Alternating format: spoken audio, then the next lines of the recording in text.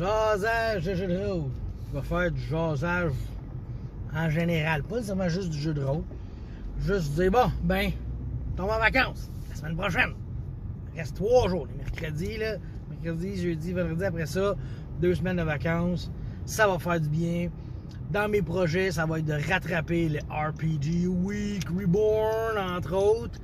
J'ai terminé d'écouter aussi les Running the Game de Matt Colville. Je les ai toutes finies. Il y en a 112, je pense, 111. 112. J'ai tout écouté, tout pris mes notes. Fait que je vais essayer de continuer une couple de chroniques là-dedans, parce que moi, j'aime ça, c'est pertinent, c'est intelligent, ça apporte un autre angle de vue du jeu de rôle, puis je trouve ça intéressant. Je sais que c'est pas tout le monde qui est d'accord avec ça, même moi, je suis pas toujours d'accord avec ça, mais j'apporte cette vision-là à des gens qui peuvent se sentir impliqués, parce qu'il n'y a pas de bonne ou de mauvaise manière de faire du jeu de rôle. En fait, il n'y a pas de mauvaise manière. Il n'y a pas de bonne manière. On joue tout croche tout le temps. Hein? C'est tout le temps ça. Non. Il n'y a pas de mauvaise manière de jouer du jeu de rôle. Fait que lui, il y en a une. Puis je trouve ça intéressant. Même des fois, mon cœur, c'est pas si je. En tout cas, sans commentaire.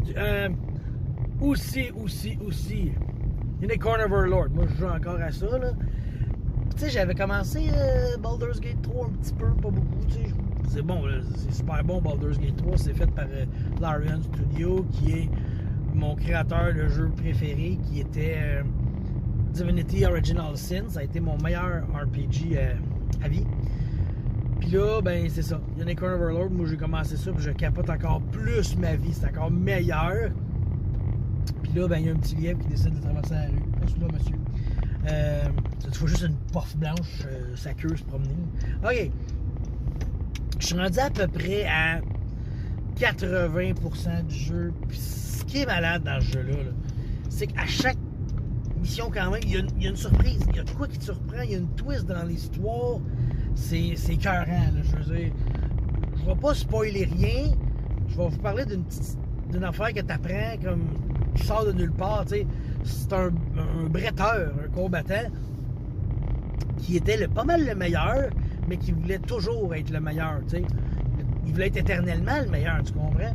Fait que là, ce qu'il a fait, c'est qu'il a trouvé un rituel qui fait que lui peut se projeter à sa mort dans le corps d'un de ses descendants. C'est hot, hein? Puis il s'est dit, pour être sûr de ne pas manquer de descendants, m'en va me faire des descendants partout. Fait que là, il a fait des enfants partout. Fait qu'il a toujours un corps. Fait que quand il meurt, il peut en posséder un nouveau. Tu sais. Je trouve ça tellement cool comme idée. Tu sais, c'est tellement evil, c'est une bonne idée. Parce que, tu sais, je vous annonce rien, je l'ai battu. Tu sais. Mais je sais qu'il va revenir. Là, parce qu'il y a d'autres descendants. Puis tu peux pas vraiment complètement l'éliminer. Là, je veux dire, il y a des descendants partout. Fait que je sais pas combien de fois je vais l'affronter, mais tu sais, officiellement, je pourrais l'affronter 200 fois, parce que là, ses enfants ont eu des enfants aussi, tu sais. Fait que bon, je me vois au moins péter des enfants de 8 ans, là, mais tu sais, tous ceux qui ont son sang dans leur veine sont susceptibles d'être lui à un certain point. C'est cool, hein, Chris. Moi, je trouve ça magique comme histoire, tu sais. C'est evil, mais le gars, c'est dans le but ultime d'être le meilleur tout le temps. Donc, même quand il meurt, il va revenir dans un autre corps et continuer à battre du monde et être le meilleur, et ainsi de suite, tu sais. C'est cool, hein, Chris. Sinon, ben, on a skippé 2 labyrinthes. Ça me rend triste un peu, surtout qu'on est à la finale. Fait que j'ai vraiment hâte de finir cette game-là, parce que j'ai hâte de conclure cette aventure-là. Puis après ça, on va tomber dans Donjon Dragon 2e édition avancée, Night Bellow. Puis là, ben, c'est drôle parce que j'écoutais Matt Colville, puis il y avait l'aventure Night Bellow en arrière de lui. Mais ça, je trouvais ça cool parce que lui, il l'a fait, t'sais. Fait que je vais aller écouter ses conseils, ses reviews sur ce module-là. Ça va être intéressant, t'sais. Faites mon résumé de Brigandine. J'ai eu bien du fun à faire l'intro et le bout où je parle de Hans, le luthiste qui joue de la lutte, là. Qui joue du lutte. Moi, j'ai bien aimé ces 2 bouts-là à faire. Ouais. Fait que, si vous ne l'avez pas écouté, là, allez l'écouter un peu, il est toujours drôle. C'est un long résumé, parce qu'il y a les love letters de Christophe. Puis si des love letters, vous avez jamais été confronté à ça, là, ben allez écouter ça, mais en même temps, avec une réécoute, j'ai réalisé qu'on comprend pas tant c'est quoi. C'est Christophe depuis le Rouge qui me fait mes love letters. Il lit la lettre, puis il explique le dénouement. Mais c'est pas juste ça. Il y a un stress qui monte quand il les explique, parce que entre le moment où il lit la lettre puis le dénouement, il y a des jets, il y a des choix, puis il n'y a rien de facile. Là, fait que moi je trouve ça génial, mais de la manière que lui il compte sur mon résumé, là, ça coule super bien. Fait qu'on dirait que t'as pas vu le script en arrière. Fait que t'as vu la belle histoire complète, mais le script en arrière est tout aussi intéressant. Fait que ça, je dis Love Letters, écoutez mon résumé de partie. Puis pour en revenir avec Donjons & Dragons 2e édition avancée, qui va commencer bientôt. J'ai jasé, entre autres, j'ai un de mes cousins qui va jouer dedans. Là, lui, il me parlait des personnages qu'il voulait jouer. Puis entre autres, il y avait un barde, parce qu'il n'a jamais joué de barde dans la 2e édition. Fait que j'ai fait, ben, ça peut être intéressant d'essayer ça, tu sais. Puis j'ai acheté un calendrier, un calendrier de 2024, parce que il est en spécial, parce que l'année est pas mal à moitié entamée, tu sais. Fait que j'ai dit, je vais aller me chercher un calendrier, parce que je veux jouer avec un calendrier sur le mur pour qu'on comprenne exactement tout ce qui se passe. Tout. Et je veux retrouver la règle qui fait que quand tu level up pas comme dans WoW, tu sais. Quand tu level up, faut que tu prennes, je pense, une semaine de temps ou deux, en tout cas, pour t'entraîner, puis tout. Je veux le mettre, ça. Je veux le faire, ça, parce que ça va crédibiliser mon jeu, je trouve. Ça va être plus crédible de voir le temps passer, puis à la fin, dire, regardez les gars, ça vous a pris 4 mois in-game faire le premier module. Tu sais, je sais que c'est un gros projet que j'ai, mais je veux tellement m'imprégner dans le vieux stock de D&D, les vieux, tu sais, je prends un vieux module, une vieille édition, des vieilles manières de penser, tu sais. Le rogue, là, il va les faire, ses points d'XP, parce qu'il trouve de l'argent. Puis le guerrier, il va les faire, les points d'XP, parce qu'il tue des vies de monstres. Le jeu aussi, ils disent 4 à 6 joueurs, là. Ben, j'aimerais ça les avoir, mais 6 joueurs, tu sais.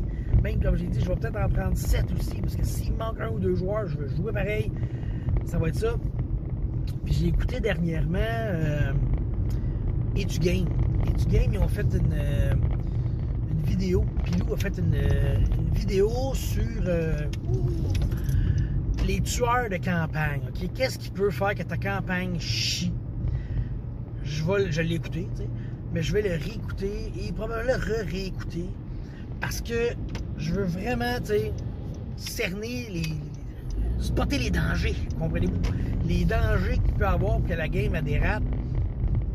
Puis je veux pas que ça arrive. Parce que je sais que ça peut être très long comme game, tu sais.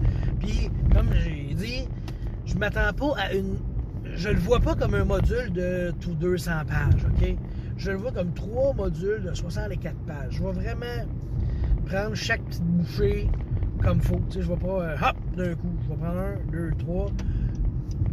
Je vais. Ça se peut très bien, là. Ceux qui vont jouer avec moi, là, je vous le dis. Ça se peut que si tu manques trop ou s'il y a quoi que ce soit, ça se peut que je fasse comme je te prendrai pas pour le 2e module. Parce que justement, je veux du monde fiable, puis ça prend ça. C'est comme un des tueurs de campagne, je sais que, ben, une manière de ne pas tuer la campagne, c'est d'avoir un pilier. Là. Un joueur qui, lui, va toujours être là. T'sais. Puis je le sais que ça, je suis capable d'en avoir un, possiblement, très possiblement 2. Des joueurs qu'eux autres, je lui dis, là, on joue, là, tous les vendredis, une semaine sur 2. Ben, tous les vendredis, une semaine sur 2. Je sais que ça va être sa priorité. Puis ça, je suis content. Ça prend des joueurs de même. Moi, je l'ai été longtemps, puis aujourd'hui, je sais que je suis un petit peu moins, mais responsabilité oblige. J'aimerais ça quand même l'être encore, puis j'en veux dans ma game. Ça, c'est parfait, tu sais. Puis, toujours jouer, OK? S'il manque du monde, je joue pareil. Je veux dire, même si j'ai 2 joueurs, 3 joueurs, je vais leur faire un petit hook, l'histoire. Ils vont trouver des manières plus créatives aussi, peut-être, de faire avancer l'histoire. Parce que t'as beau dire, oui, je vais m'attaquer, faut que j'aille attaquer une base d'or. Je ça de même, tu sais.